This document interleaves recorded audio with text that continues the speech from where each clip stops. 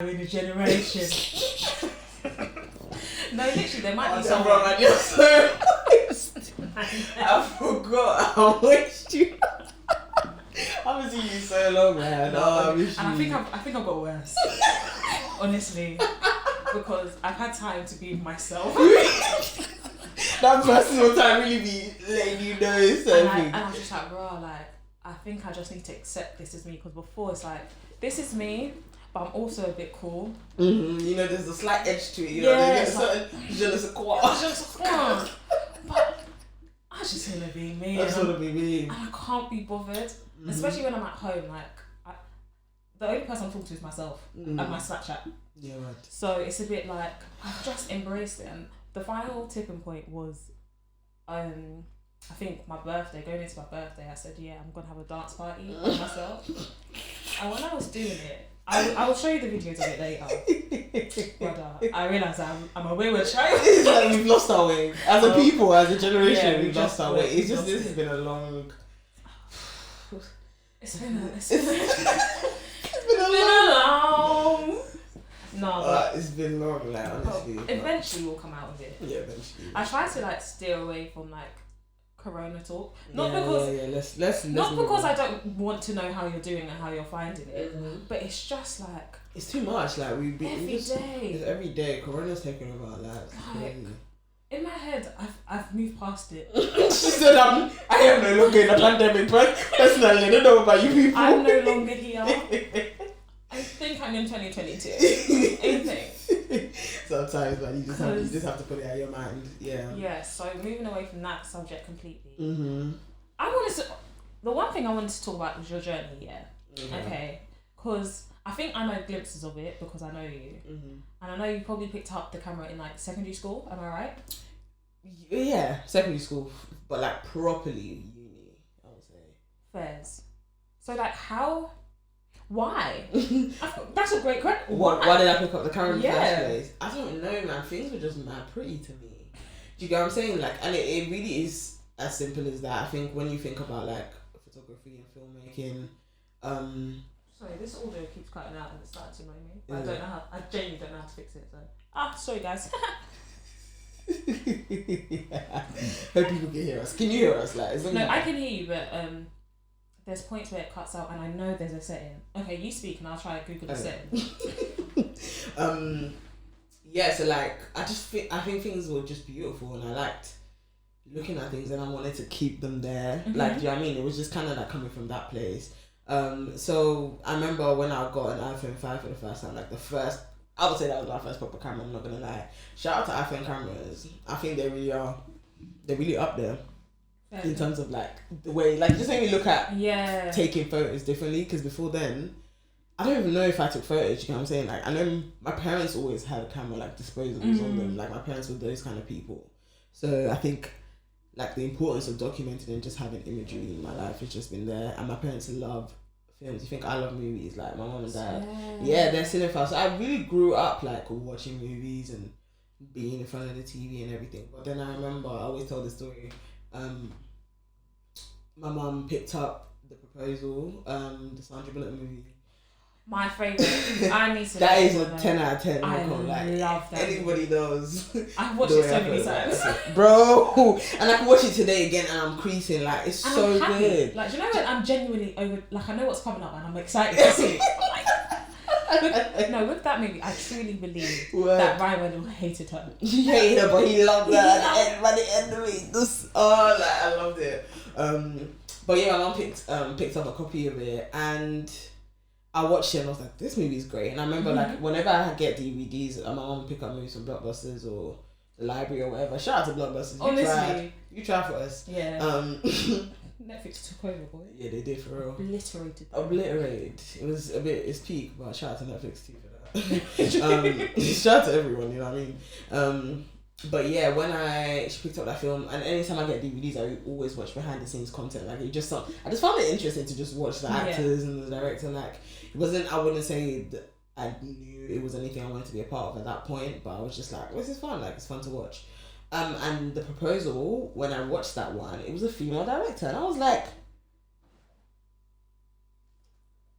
girl, I was like, okay, like I don't know why that sparked something in me, because you know when you look back and you think you wouldn't like register certain things, but like when I saw a woman doing it, like I was like, oh, so I can do it. Like that's when the switch kind of came on in my. It's a white woman, granted, but she's a sick director. I can't remember her name. Anne, I think it's Anne something. But she's like directed some nice rom-coms. But yeah, when I saw her, I was like, oh my god, this is something I can do. And like she's like standing behind the camera, and that seems like what's going on here. Do you get what I'm saying? Like, so then I think like just from then, like obviously, and then I've got my first iPhone like I don't know, 9 or something. I just started taking photos of things that were pretty, and I was posting them on Instagram. And it went from there. The fascination grew from there. Fair enough. And then so you took a break from. That's like secondary school to uni, like 2 years. I didn't take a break, I just didn't think about it, because I remember there was a point I wanted to go to film school. I was like, that's what I want to do, like that makes sense. But my mom that said, so okay, you study the film and then what do you do? Like it was really when you look back and you realise certain things were high key trauma, you know what I mean? That's genuinely like that's a personal attack on my character or my future. Literally, like it was one of them ones that I was like, oh right, like, and it wasn't like they told me I couldn't. It was more like you don't need to do that. Like it was a very like, if you want to make films, then make films. And I think that's really nice though. It was weird, like in a way that they made me believe that I could just do it, but at the same time it was frustrating to have it not be taken seriously at that time. Do you know what I'm saying? Like it was. What year would you say that was? This was like when you're thinking about university. Like I was going into sixth form. Like, do you know what I'm saying? I think I was like year 11, year 12, around these years. Early. Yeah, I knew early, but I knew I wanted to make films from when I was 11. Like after I saw the proposal thing, I was like, I think that's a bit of me. But I just didn't know what it was. You know what I'm saying? And then Fair. I think that the process of discovering what it was, like, just came about and it grew. Fair enough. Yeah, but until I got to uni, first year happened. If you guys don't know, I know Paula from uni, by the way. We went to uni together. Yeah, same pharmacy degree. Same course, yeah. Do you know, I accidentally opened a document from, like, I don't know, my Gmail, and then I just saw pharmacy stuff, and it actually, I was taken aback and I did not like it one bit. The emotions are too high. It's too much. But I feel like, okay, so from my perspective of what you were doing, from that time, you went to uni, you started photography, then you blew. Trying to open this wine bottle. This is jokes because we can hear the rustling. You can hear the rustling. This is part-time ASMR as well. Part-time ASMR. So you're going to hear some nice pouring of drinks. Let's wait for it. Oh, no. I like me to go to the toilet now. But, no, that sounded very nice. But yeah, so you went to uni, started, I wouldn't say started, but I saw it as you started photography. And then within what I think is like 2 years? Blue. Okay, I wouldn't say blue, yeah, let's relax. I'm still on my way there, like. But I feel like, okay, from my perspective, because I feel like you have vision, you know where you can get to, you know, like, what, but from my perspective, it's like, yeah, she's gone clear. Okay, yeah, I understand that. Because I think it was in that room, C10025 or something. I'm like, dead, why have you triggered me like this? No, that's true, you know the room. That room you had to trek. Guys, it doesn't even matter where you were at uni. You could have been next to the room, you still have to trek to the room. It was just a trek, it doesn't matter where you were, like, oh my god. But I remember we were talking and you were just like, rah, okay. It was at a point where you had decided you want to stick with pharmacy, but you didn't know why. And it was just like, bruv, I'm turning down opportunities to stay in this stupid course. Yeah, like, why? It's getting a bit mad. But the thing is, those opportunities, looking back, didn't need them. Not because of anything, not because they weren't great opportunities that I would still love to do. It's just because it wasn't in your path. Like, what is for you will come to you. Like, you really, really start to learn that as life goes on. like you don't really need to force all of that. So I think even though it was frustrating, I was just like, let me just enjoy being in uni, like, do you get what I'm saying? And just enjoy being. And I, like, when uni was cut short because of the thing with the parachute, you know what I mean? Like, when uni was cut short, I was like, damn, I loved uni. Like, remove farm, was uni not the best? Oh, exactly. I would tell everyone in the month. Because bear in mind, after our last exam, I went back for like 6 weeks. To London? You went back to London? No, I was in London for the exams. And then I went back. Oh, yeah. So I had the experience of uni without education. I went back for 2 weeks and I wish I stayed longer. Like, I remember when me and Kedge were leaving, I was like, where am I? For me to actually leave uni, yeah. like my sister came up and collected my stuff and I stayed.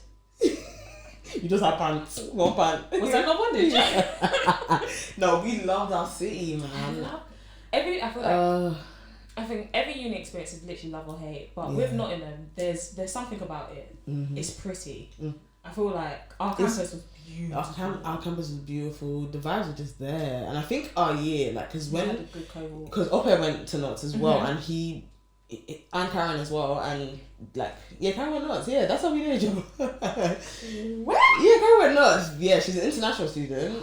She lives in Tanzania, like, at the moment now, but yeah, she went to Knots.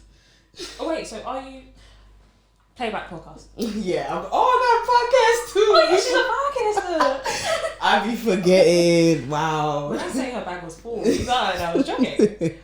But so is she like doing it via Skype? Yeah. Like we record every meet and like GarageBand. So nice. Like it's calm, but we want us to come out. We'll take trips soon. You know, when all of this is over. Yes. We didn't expect this, so that's why it's been a while since we've seen her. But yeah.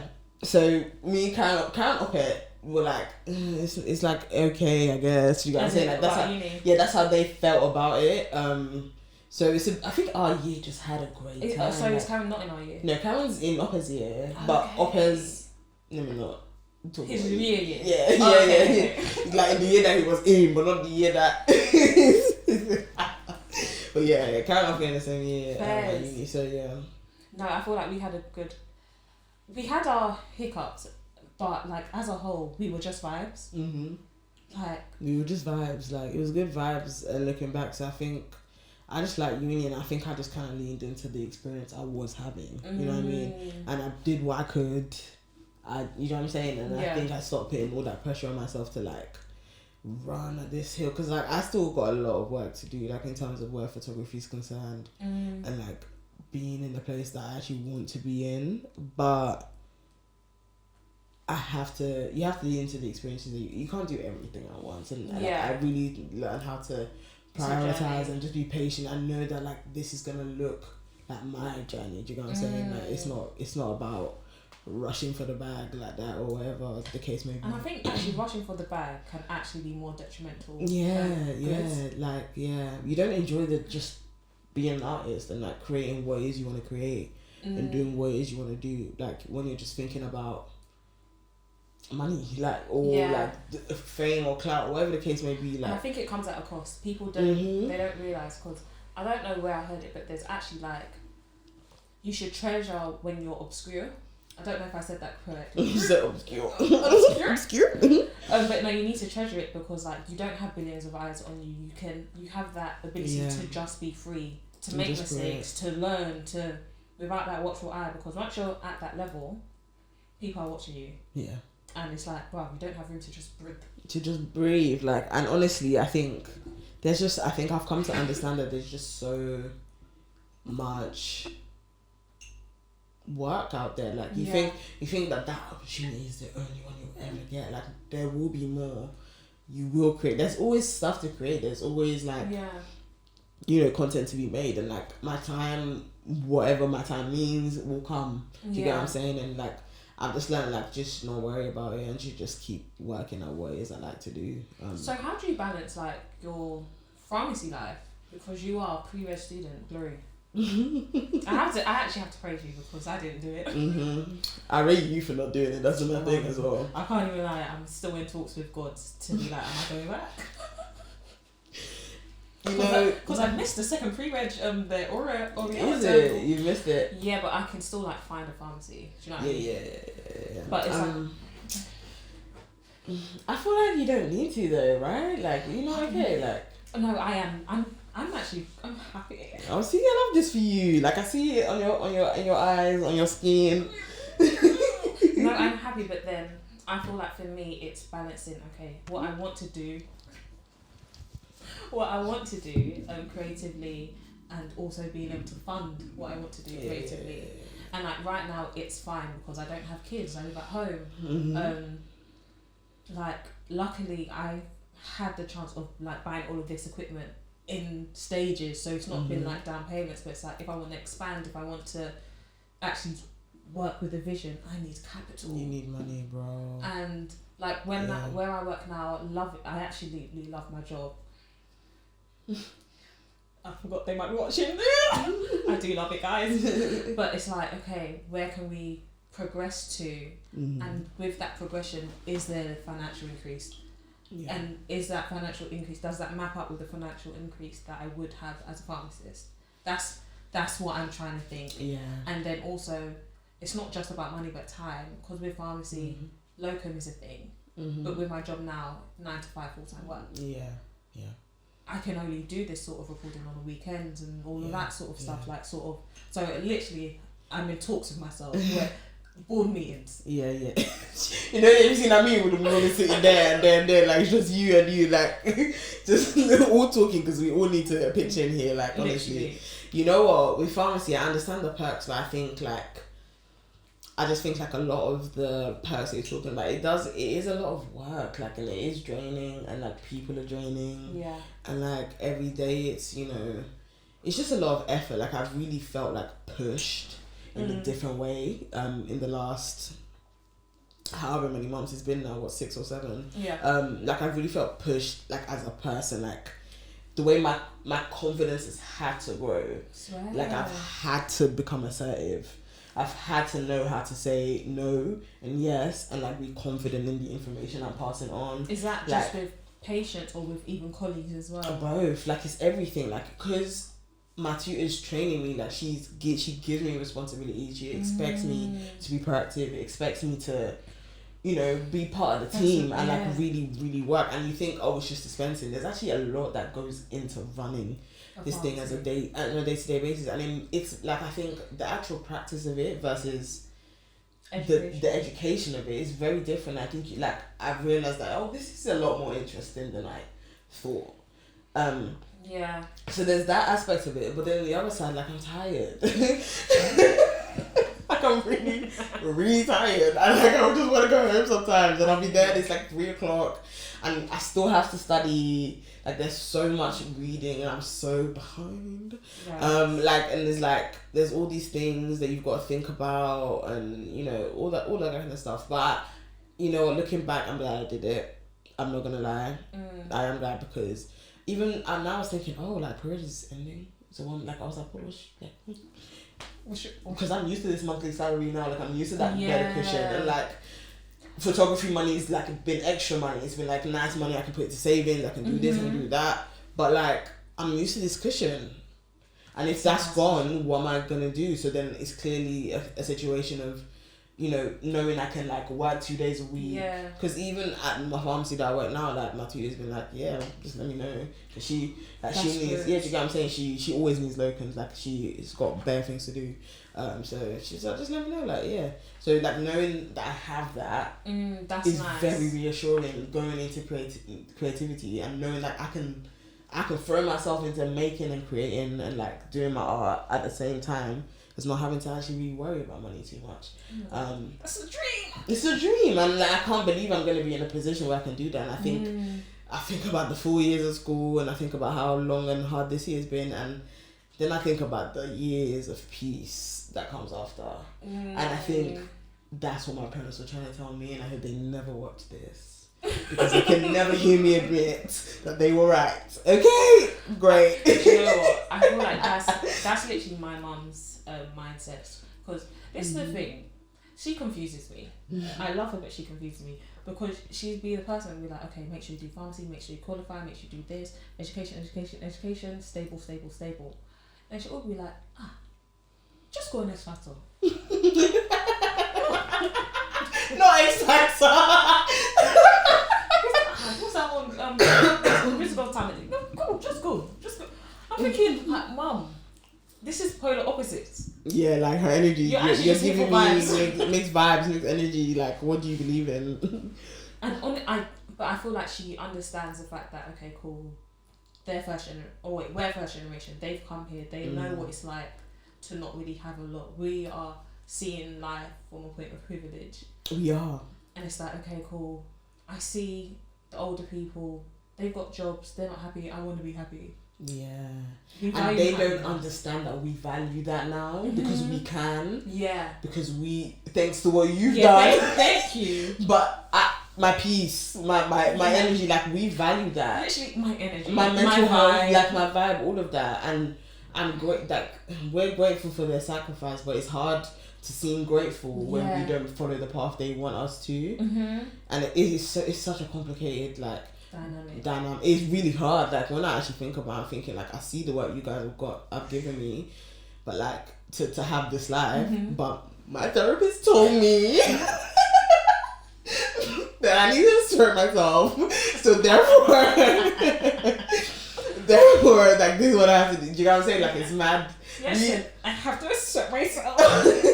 Like they didn't see, like they're talking about, what are you talking about therapists? Like we talking about, like we do it, like they don't understand that. But we have had the space in the room to value that and to like value our mental health and like value relationships and like things that are just not just work and this and like happiness. Like we really see life so differently to them. No, definitely. And yeah, but we appreciate them, and I think they also need to do a little bit better at just listening. And it's not even just listen to understand. Not just to hear the words that came out of my mouth. Like listen, understand where I'm coming from, and don't always take something as like offense. Like just because I'm saying I don't want to do it doesn't mean I'm not grateful for the education I had or great. Like you get what I'm saying. I feel like for me, I'm a type of person I like to have conversations. I eat this. So when I'm talking to my mum, it's like, Mum, let's talk about this because what you're saying I don't really understand.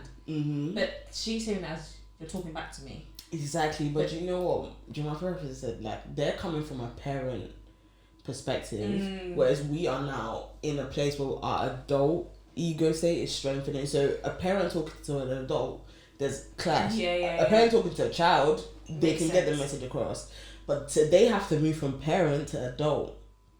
Do you get what I'm saying? And because they have to make that change, that's difficult to be an adult addressing another adult, even though there is that parent-child relationship. And I feel like that's why they'll be like, you're not my mate. Yeah. In their minds, like, the way you're trying to talk to me as if we're age mates and we're just... But I'm not trying to talk to you as an age mate, but I'm an adult trying to who has feelings, who's trying to engage in a conversation with you about something. Do you get what I'm saying? It's crazy, like, trying to like transition into adulthood and like why you still live with them and like you're around them, all that kind of stuff. I can't lie, I don't know how we got into this, but this is the point of this. This is the point, man, just to talk. Chat. Okay, so I want to talk to you about, because I know you want to be, you said it, like a director. How do you feel? How do you feel like you can get there? Do you know your path yet, or are you just following vibes? Because I don't believe that is fully a bad thing to do. I think this whole journey so far has been vibes for me. Like I've just literally taken it one opportunity at a time. And I think things have just always naturally led to another thing. Like I remember an artist that I'm now friends with, Jazz Carris. We met because Au Pair asked her to be part of our first issue of The Floor. So we met there, we really hit it off, and then we had kind of like a friendship since then. And then one time she had a show in Nottingham, I offered to like come over and like shoot and take photos. Then we built even more of a relationship from there. She ended up asking me to shoot her artwork, and then she ended up asking me to direct her music video. So that's how I ended up directing I directed my first thing. It was organic, and it's just like because of the things I've been doing, I've kind of meandered into where I was supposed to be. But I do think I do need to start being a little bit more intentional about my next steps, and I think I feel more equipped to do that, and I feel like more present and like able to like think about, okay, what am I gonna do next, what am I gonna make next, like all that kind of stuff. So with directing and like directing long form and directing film and like all that kind of stuff, I'm just gonna have to like. I think the first step for me is a doc. Like I really do want to make a doc or short. Yeah, that doc. Yeah. Yeah, I do want to make a doc. But bruh, like that is so difficult to put together. And I thought I could do it in 2020. Lol.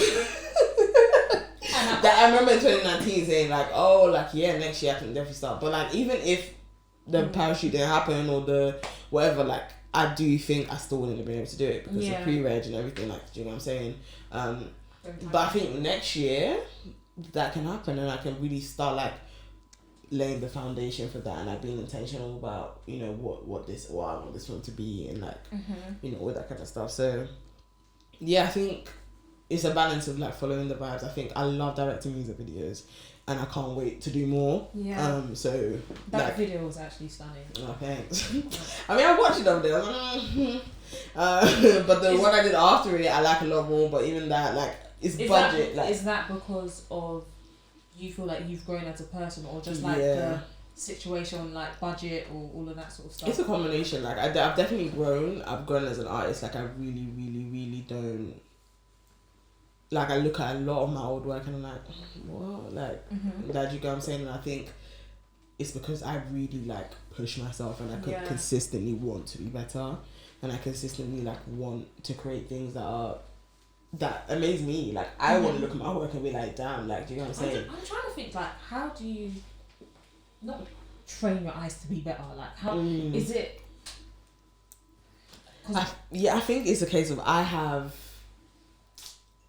I get bored easily. First. And I think it's because, not even bored in general, like just bored of like things need to amaze me a little bit more each time. And I think like with working and like with like creating constantly, you just, every single time I do, I'm like, nah, I want this to be better, I want this to be better. So I think like having that in the back of my mind has really like pushed me to being able to like look at something and know, no, this could have been better, or like you can start doing this, or you can change this, or whatever the case may be. So I think that just that consistent need to develop has me looking back thinking what, but I never you know, come at myself with too much energy or anything, because you know what I mean, like you have to start somewhere. And like even I'm sure I'll look at some work I do now in like a few years and be like, oh, you know what I'm saying? So like, and I think that consistent growth is important.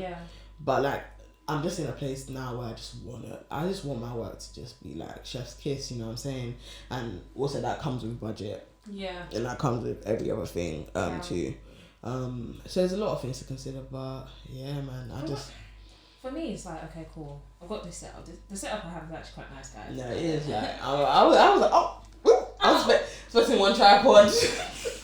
Not because that's bad, that's good too, but like I was just like, I was like, oh, come on, Devs. Thank you, but like even so, when people tell me like, oh yeah, I can't make it, can we just schedule it? I'm thinking, Ross, no. Ross, no, It's literally like, unfortunately, you might have to put this on season 2. This is all time, money, and things that I just can't produce myself.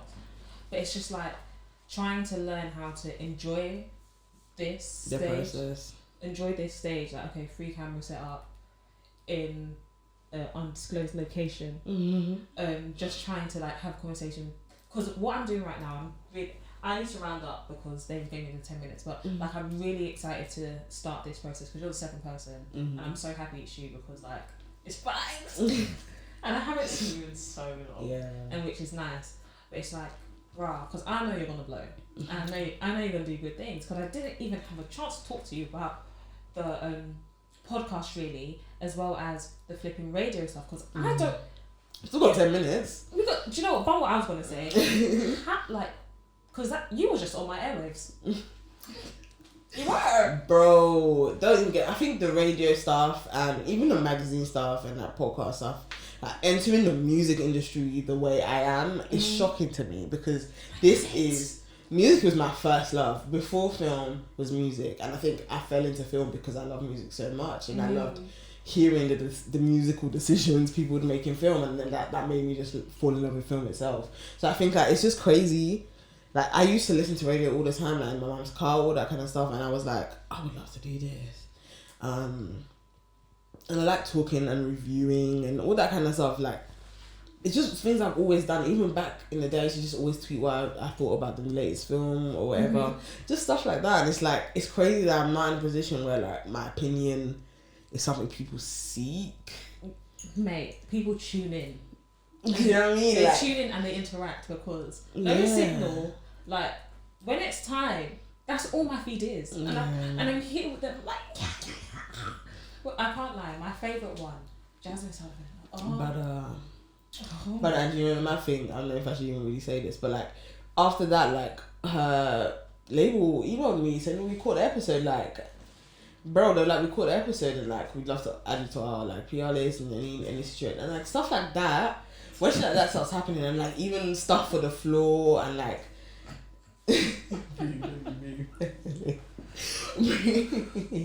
like I've had like a few moments like with a few artists, like even some of the guests that are coming on Super Album, all that kind of stuff. It's just like that some guests, the guest that we even have on Monday, I remember one of my first paid photography gig, she was performing there, and like I was just like a little photographer in the back and like like it's mad, like so like it's crazy. So good. Like it's so crazy. So like good. honestly, whenever I talk about it, and like whenever I'm like, guys, I don't deep it or I can't sit there and just like, because it's a lot. And like when I'm saying a lot, like I don't even feel like I'm communicating how a lot it is, because like 11-year-old me would just be mind blown, and it's nuts. Like I feel like, you know, you watch interviews of people like talking about like dreams coming true or like doing what is they love or like making it or whatever the case may be, and I still don't even feel like I'm there, but like being in a position where I genuinely know like I'm on my way to like living a life and doing a job that that it's just what I want to do, and like that's what's gonna pay. Like it's nuts. I can't even fathom it. I don't think I understand how like stuff like that genuinely gets me haps. Like, guys, when I don't know which camera to look at. Do you want more wine because I'm not finished this? Pour yourself some, because I've been drinking all week. I won't lie to anyone. Oh wait, I'm not sure if YouTube likes drinking, but I don't give a heck. But like, it makes me so excited because it means that for everyone watching, it's accessible. It's not, because personally, all of the people that I've seen that talk about their dreams actually coming to fruition, they're already there.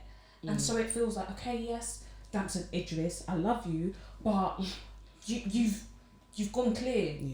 Don't clear. You've gone clear. Like you're talking about it from a point like, oh yeah, cool, I'm there. And so it makes it feel like, yeah, but you're the one that made it out. So of course you made. Yeah. But it's like now at this stage, it's like, okay, I can genuinely see it for you. Like I see it. It's a thing. Yeah. But we're still here in this undisclosed location. We're still here working in a pharmacy. Still I get what you mean. Like it's in the middle of it. In the you middle. Know what I'm saying? And then when we do come out of it and we look back, we remember how raw we were. We remember, like I remember. Because when you're there, you might not actually remember that the first gig, okay, it's the first. So let's say the second gig when you met the second person when it's going to come. It's like you might forget that because of all of the amazing things that you've seen and gone through. But at this point, you remember, and it's like that was like a highlight. Yeah. And then where you're going to get to when you look back, it's like, that's not even a highlight anymore, but that was it. Do you know what I mean? Yeah. It's a beautiful process, man. But I'm going to have to, we've got 2 minutes. We've got 2 minutes. What do you want to talk about for 2 minutes, quickly? Yeah, man. You let me know what you want to talk about. Do you know what? I don't actually plan this well enough. I'll be honest. I think something random. Do you know what? I'm trying to think, what would someone who's into any of the many things that you are into would want to know from you? Let's what advice? Quick advice. Do you know what? I think the main thing is just consistency. I don't think people know the value of keeping at something. And like, a lot of young niggas be giving up. Like, and it's not even to be coming from a place of whatever. Like, do you know what I'm saying? I think a lot of people do not have enough faith in themselves to just do something. Yeah. And it's like, that's the hardest part. I promise you. Like, yeah, it's a tough journey, hard work, but like believe in yourself enough to start something and see it through. Yeah. Like, believe, like, respect yourself enough, respect your time enough. Do you get what I'm saying? Like, I'm not even like, if you respect yourself and your ideas and your craft enough, and put yourself in a place of like regard and like know that what you're creating is something that matters, even if it matters to no one else, it matters to you. Yeah. And you exist, so therefore it's worth Definitely. doing. Do you get what I'm saying? I think if you just respect yourself enough to just see something through, so much shit is possible. Like, sorry. So much is possible and so much is like is achievable, and I think like it's just very, very important to see things through and be consistent and keep working at things and not be afraid of failing. Like, failing doesn't make sense. What people think doesn't mean if you fail, okay. It's literally and then like what people think is so irrelevant, and I think that's the biggest cause of any form of like self-esteem issue, or just like lack of, you know, consistency and being able to keep at something because you're just worried about how things are gonna look. But I think I've just never cared how anything looks. Like, even the way I started Super Album was on IG because I just wanted to have something to look forward to the end of the day. At the end of the day, I just thought, okay, this will be fun. And I remember being nervous and putting my close friends like, guys, should I do this? Like, I don't know. Everyone was like, yeah, it'll be fun. And I did it, and the right person saw the right episode, and here we are. Do you know what I'm saying? Wow. Like, you just don't know. So you should just do things and not be scared of like how you're gonna look or like all that kind of shit. No, I hear that, and I feel like sometimes as our generation, we care too much about how it seems, or will it make me blow? Will it make? And it's a symptom of social media. Like, I think a lot, like, we all say social media, but like, guys, social media is an issue. It's actually killing my people. It's killing our people and the people being the human race. Like, I'm not even joking. Like, it's killing us. But like, it's not a bad thing in a lot of respects. But at the same time, like, we have to acknowledge the impact it is having on each and every one of us. And one of the biggest impacts is we care so much about other people's opinion, and we put a bunch of strangers' thoughts in such high regard in our mind that it literally dictates what we're doing on a day-to-day basis. And we really, really need to free ourselves from it. And I think the way I found out of it, because I love social media, I use it, but the way I found out of it is just realizing that this is just some fun. Like, I go here to key. Yeah, that's it. If I'm not having fun, I don't go on the app. If I see something I don't like, I leave. And that's it. Like, if I want to tweet a selfie, I'm going to tweet. If I want to post, if I'm directing a new music video and post, I'm going to do that. And it doesn't matter what reception I receive or don't receive, because it doesn't matter. Like, I created something because I wanted to. And that should be self-sufficient enough. Like, I think self-sufficiency is something we really need to. Do you know what? I'm really upset because like that sparked a lot of conversation in me. But we might just have to have that off camera because bro. David has to edit this and it's not me editing. So I'm gonna love you and leave you here, guys. Thank you so much for watching. Thank you, Paula, for coming. Man, thank you for asking me, man. I feel very, very honoured, and I'm very proud of you, Deborah. Hey, don't see you laughed at me when I spoke about it, so you guys feel more. No, but like, I'm really proud of you. You always be having these ideas. You'll be talking. You gotta be talking. Oh, and she finally trying to make some money off of it. So I'm. It almost to sponsor this setup. It's expensive. Yeah, I'm proud of you, my jigger, man. Honestly. Thank you. So.